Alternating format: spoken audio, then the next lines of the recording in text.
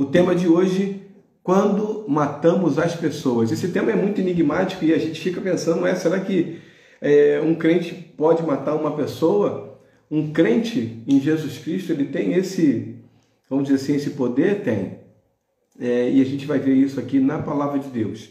Amém? É claro que nós não estamos falando de assassinato, literalmente, com uma arma de fogo, uma arma branca. Nós não estamos falando de um assassinato em função de um enforcamento, estrangulamento ou qualquer outra coisa que seja do tipo. Mas nós estamos falando de uma atitude que eu e você podemos ter e que pode levar pessoas à morte, seja ela física, ou morte espiritual. Depende do dano que vai... Então, nós vamos ver aqui no texto bíblico que isso é possível. Acompanha comigo. Livro de Tiago, capítulo 3, versículo do 1 até o 12. A gente precisa ler esses versículos todos para que a gente possa entender como é que funciona. Então, acompanha comigo. Diz assim a palavra do nosso Deus eterno. Tiago, capítulo 3, versículo 1. Meus irmãos, muitos de vós não sejam mestres, sabendo que receberemos mais duro juízo, porque todos tropeçamos em muitas coisas. Se alguém não tropeça em palavra, o tal varão é perfeito e poderoso para também refrear todo o corpo. Ora, nós pomos freio nas bocas dos cavalos para que nos obedeçam e conseguimos dirigir todo o seu corpo. Versículo 4. Vede também as naus, os navios, que sendo tão grandes e levadas de impetuosos ventos, se viram com um bem pequeno leme para onde quer que a vontade daquele que os governa. Assim também a língua é um pequeno membro e gloria-se de grandes coisas. Vede quão grande bosque um pequeno fogo incendeia. A língua também é um fogo, como mundo de iniquidade. A língua está posta entre os membros e contamina todo o corpo, e inflama o curso da natureza, e é inflamada pelo inferno. Versículo 7. Porque toda a natureza, tanto de bestas feras como de aves, tanto de répteis como de animais do mar, se amansa e foi domada pela natureza humana. Mas nenhum homem pode domar a língua. É um mal que não se pode refrear, está cheia de peçonha mortal. Com ela bendizemos a Deus e Pai, e com ela amaldiçoamos os homens, feitos à semelhança de Deus. De uma mesma boca procede bênção e maldição. Meus irmãos, não convém que isso se faça assim. Porventura, deita alguma fonte de um mesmo manancial água doce e água amargosa? Meus irmãos, pode também a figueira produzir azeitonas ou as videiras figos? Assim tampouco pode uma fonte dar água salgada e doce. Deus abençoe a leitura da sua palavra. Então, Tiago, ele faz várias analogias para que a gente possa entender o poder da língua. Ele compara a força, o poder destruidor ou construtivo da língua com um incêndio, por exemplo. Ele compara também com uma fonte que está jorrando água tanto doce quanto água amarga. Então, Tiago faz várias analogias para que essas comparações possam chegar ao entendimento daquele que escuta, daquele que lê, para que ele possa entender o poder que tem a língua. Caso ela seja utilizada de forma errada, o poder destruidor que tem a língua. Então ele diz aqui, não convém que seja assim, porque não é bom que seja assim, porque a nossa língua, ela vai tanto proferir palavras que vão abençoar alguém, como também vai proferir palavras que vão amaldiçoar pessoas. Então eu preciso entender e tentar dominar a minha língua. Eu não posso sair falando aquilo que eu penso em relação às pessoas. É muito complicado quando você se depara com alguém e você, sem nenhum filtro, sem nenhum cuidado, sem nenhuma preocupação, você sai falando tudo que você pensa acerca da pessoa. E você não pode ser hipócrita, você tem que ser verdadeiro naquilo que você fala, mas você tem que medir aquilo que você fala, porque aquilo que você fala, ela pode abençoar uma vida, ou pode amaldiçoar, ou pode matar uma pessoa. Eu me lembro que numa situação, nós nos encontramos pessoas, eu não vou falar quem, mas para poder não chegar àquele entendimento, mas algumas pessoas, nós nos reunimos e quando chegamos, algumas brincadeiras foram feitas, e dentro dessas brincadeiras, alguém estava vivendo um drama muito, muito grave, um processo de depressão. E quando essa pessoa falou, aquilo já bateu assim um pouco ruim, porque a brincadeira era só uma brincadeira. Era só uma brincadeira que nós iríamos sair dali e iríamos continuar rindo. Mas a situação, o momento que a pessoa estava vivendo era ruim, e aí aquilo bateu. Aí a outra pessoa falou assim, ainda bem que eu não falei aquilo, porque eu costumo brincar desse jeito, e se eu falasse isso, ela ia ficar muito, muito pior do que ficou com aquela brincadeira. Então, é muito perigoso aquilo que nós vamos falar, nós precisamos medir, filtrar, e também não é somente o que nós falamos, é como as pessoas vão receber. Né? Na comunicação chama isso de receptor. O receptor, a pessoa que vai receber a mensagem que nós estamos emitindo, ali é que vai ser o X da questão, porque não é o que eu falo, é como a pessoa entende. Então eu tenho que ter muito cuidado com aquilo que eu falo, porque o que eu falo pode matar alguém, seja fisicamente, né, pela questão emocional, seja espiritualmente. Então, eu preciso medir as minhas palavras, eu preciso ter cuidado, filtrar, até mesmo quando vou falar com alguém, saber quem é a pessoa que está ouvindo aquilo que eu estou falando. E eu tenho aqui um exemplo, porque na verdade esse tema surgiu ontem. Eu tinha um outro estudo para fazer, mas ontem Deus me despertou para isso aqui, depois de eu conversar com o pastor Senil. Eu estava conversando, né? Antes de começar o culto, nós estávamos conversando e eu falei para ele, Deus me deu uma mensagem, Deus me deu algo acerca disso que a gente está falando. Ele falou, glória a Deus e tal. E eu sempre falo que conversar com o pastor Senil é sempre um prazer, e a gente sempre aprende alguma coisa, a gente sempre capta alguma coisa daquela conversa que a gente vai estar tendo. Então, ontem, conversando com ele, surgiu esse assunto sobre serviço, e sobre o que nós estamos fazendo com as pessoas que estão ao nosso redor.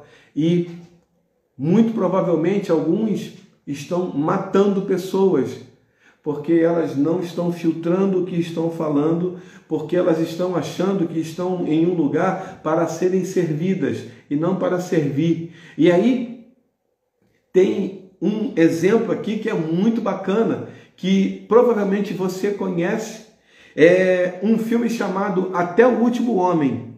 Esse filme, ele estreou em 2016, passou na Netflix aí durante algum tempo, eu não sei se ainda tem naquele catálogo da Netflix, mas foi um filme que eu assisti na Netflix, e eu recomendo, se você já assistiu, assista de novo. Se você não assistiu, procure ele em algum lugar, mas não deixe de assistir, porque é um filme que vai edificar a sua fé, vai trazer para você um entendimento mais amplo sobre aquilo que é, de fato, servir o outro.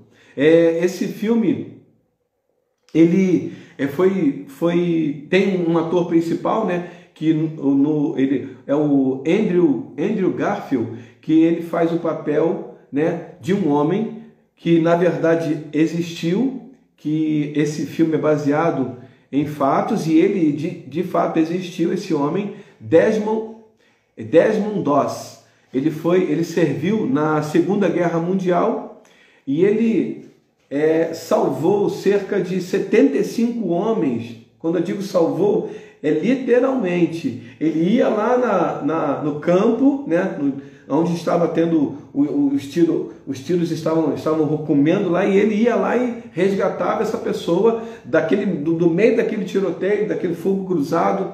Ele resgatava sozinho. Ele resgatou cerca de 75 homens na Batalha de Okinawa, no Japão. Esse homem salvou 75 pessoas, E se eu falasse para você que um grupo de resgate foi lá e salvou 75 pessoas, já seria assim algo muito surpreendente, né? Porque resgatar pessoas, eu entendo que foi lá no campo do inimigo e resgatou, né, aquela pessoa que estava em posse dos inimigos ou encurralada pelos inimigos, mas já é algo muito, muito grande, surpreendente. Só que nesse caso aqui, esse homem do filme, Desmond Doss, ele salvou cerca de 75 homens, talvez mais, sem utilizar arma alguma. Ele ia lá somente com a força do seu braço, ele colocava a corda, amarrava as pessoas. Algumas dessas pessoas não conseguiam andar, algumas dessas pessoas não conseguiam ajudá-lo a ser socorrida, né? Então ele tinha que fazer tudo, colocava no ombro e andava, caminhava. Aí, se não bastasse toda a dificuldade que ele encontrava no meio desse percurso, que era um trajeto grande, ele ainda tinha que descer um penhasco altíssimo, em que tinha uma escada de cordas, né? Uma espécie de teia de aranha, que eles iam subindo para chegar até o cume daquele penhasco. E esse homem, ele tinha que botar aquele homem no ombro, aquele homem que estava desmaiado, inconsciente, ele às vezes sem as duas pernas, ele colocava aquele homem nas costas e ele andava até na beira daquele penhasco e descia com a corda amarrada. Em um momento, a descida é tão forte que as mãos dele queimam todinha, né? E ficam tudo em carne viva. E ele fica o tempo todo pedindo, deixa eu salvar mais um. Dá mais um para me salvar. Deixa eu salvar mais um. E foi isso. Até que chegou no acampamento lá, onde eles estavam sendo socorridos, os superiores lá falando assim, de onde está vindo tanta gente ferida? Aí ele falou assim, do lugar tal, do cume tal, porque é o lugar onde eles estavam em combate direto com o inimigo. E aí ele falava assim, mas quem está lá? Qual é o grupo de resgate que está lá? Ele falou assim, é o soldado Doss.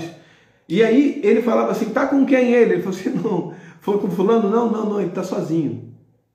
Esse homem, ele sozinho, ele salvou mais de 75 homens, porque ele decidiu servir, ele decidiu ser útil, ele decidiu fazer algo que poderia abençoar alguém. Ele não estava ali para ganhar uma medalha, ele não estava ali para ganhar honra ou mérito, ele não estava ali para fazer absolutamente nada. Aliás, ele poderia até deixar essas pessoas para trás, porque foram essas pessoas que ridicularizaram ele no momento em que ele estava se alistando, né?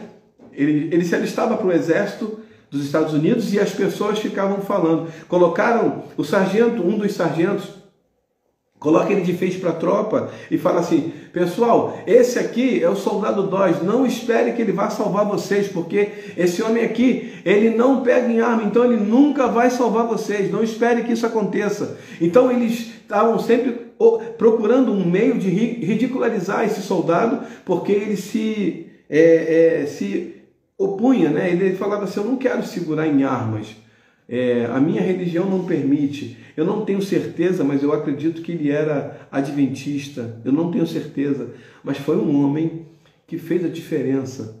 Ele escolheu utilizar a sua vida e principalmente a sua língua para abençoar pessoas. Aquelas pessoas que estavam ridicularizando ele, elas foram salvas por ele lá em cima. E ele podia falar, você não presta, você falou de mim, agora você vai morrer aí. Não, ele falava assim, o que eu posso fazer para te ajudar? E ele, ele sempre contrariava a lógica humana, ele sempre contrariava aquilo que ele estava vivendo, porque se nós fôssemos combater aquelas agressões do jeito que elas estavam sendo colocadas para ele também seria um agressor, ele também seria uma pessoa que não faria o bem para outras pessoas. Mas esse soldado, esse homem, ele entende o que é servir, ele entende o que é estar disposto a pagar um preço para ser bênção para outras pessoas. Então, na minha vida e na sua vida, o desafio é nós sermos bênçãos para outras pessoas. Existem pessoas que precisam de mim, que precisam de você. especificamente de mim, especificamente de você. Existem pessoas no seu trabalho que precisam de você e elas não sabem. E olha, a gente precisa entender uma coisa, não é por mérito.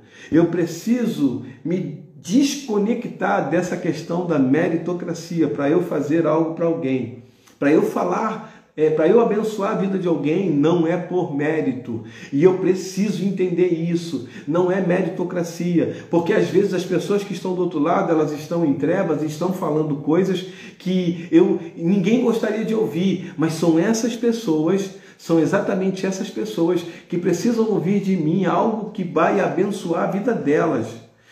São essas pessoas que precisam ouvir de você palavras que vão abençoar a vida dela, palavras que vão trazer vida, e vida em abundância, não morte.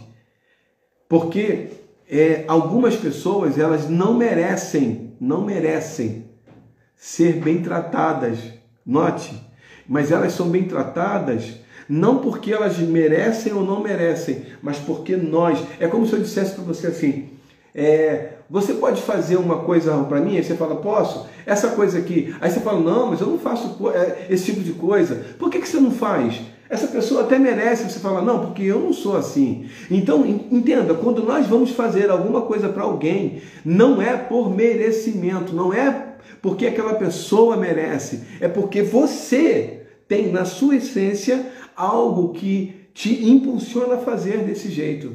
Esse soldado, ele não foi lá resgatar aqueles homens porque esses homens mereciam.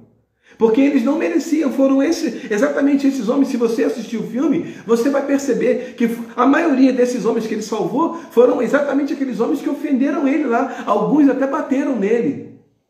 Mas ele se manteve íntegro, ele sabia quem ele era, ele sabia qual era a missão dele, e ele não estava ali para fazer algo com pessoas porque elas mereciam, ele estava ali fazendo coisas porque ele tinha dentro dele a certeza de que Deus chamou ele para fazer isso, para servir, para abençoar pessoas.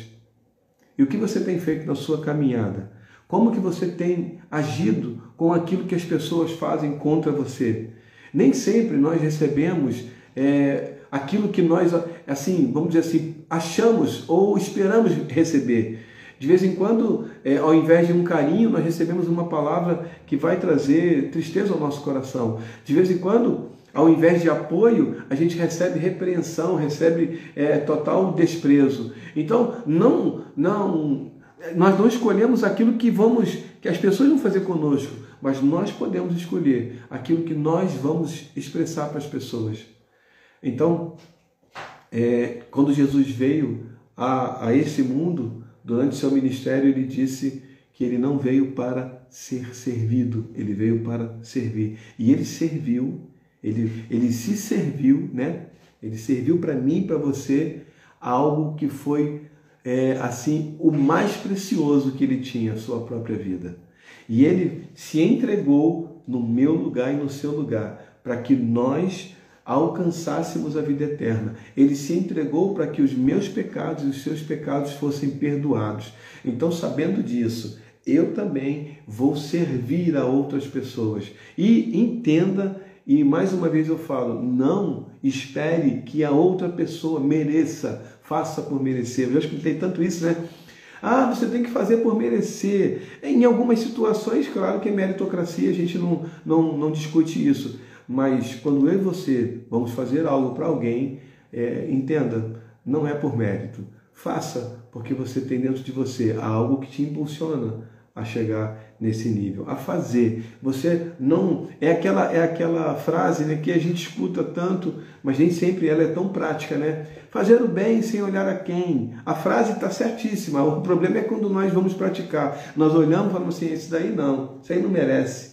Então, quando eu considero uma pessoa não merecedora, eu deixo de fazer alguma coisa que eu deveria fazer e que traria um bem para aquela pessoa, a ponto de até mesmo mudar o curso da vida dela, mudar quem ela no que diz respeito às atitudes dela. Mas quando eu deixo de fazer, eu impeço o agir de Deus na vida dessa pessoa. Esse homem, ele fez exatamente isso. Ele olhou e viu que ele podia fazer alguma coisa. Ele olhou e viu que podia mudar a história de alguém. Ele olhou e viu que podia ser útil para alguém. E ele foi para ser útil. Ele foi para, mesmo contrariando a lógica humana, mesmo contrariando todos os prognósticos, ele fez o melhor que ele pôde. E foi bênção. E ele foi reconhecido pelos seus superiores, a ponto de, num determinado momento, eles tinham que subir, reuniu-se toda a tropa, e aí o comandante de um determinado ponto, né,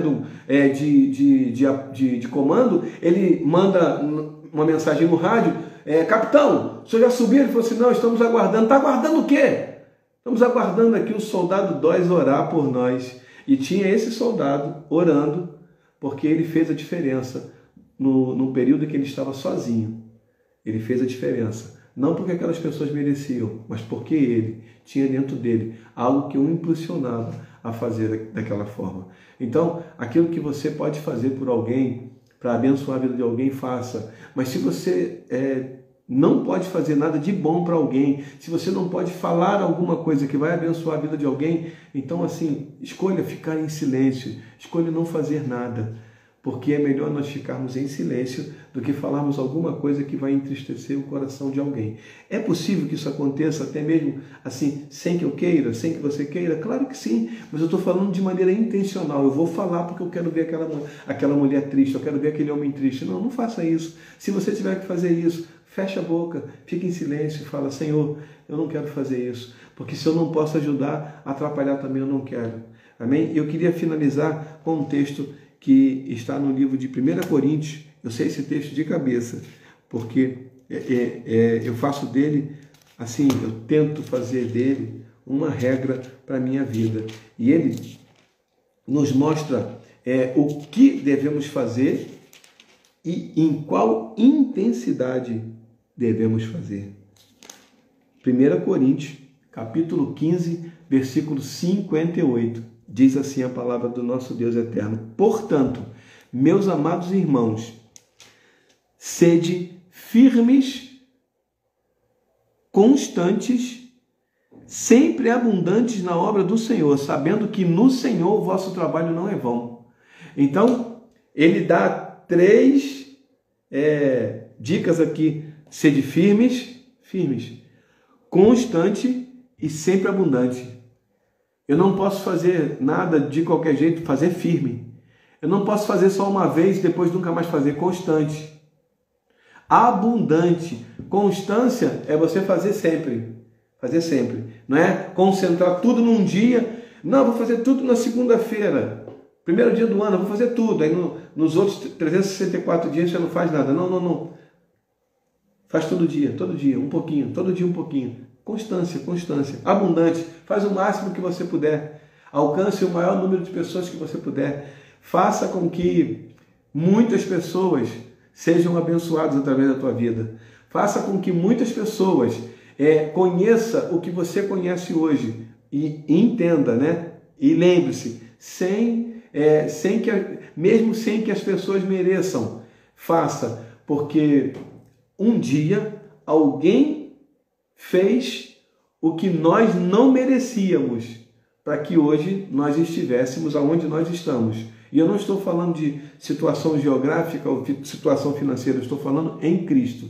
Nós hoje estamos em Cristo porque alguém lá atrás ousou, decidiu fazer alguma coisa que nós não merecíamos. Eu, por exemplo, eu descartava qualquer possibilidade de cliente na minha casa, na minha vida. E eu não queria. E aí alguém falou assim: não, ele não sabe o que está fazendo. Vamos lá. E foi orando. Uma dessas pessoas foi minha irmã.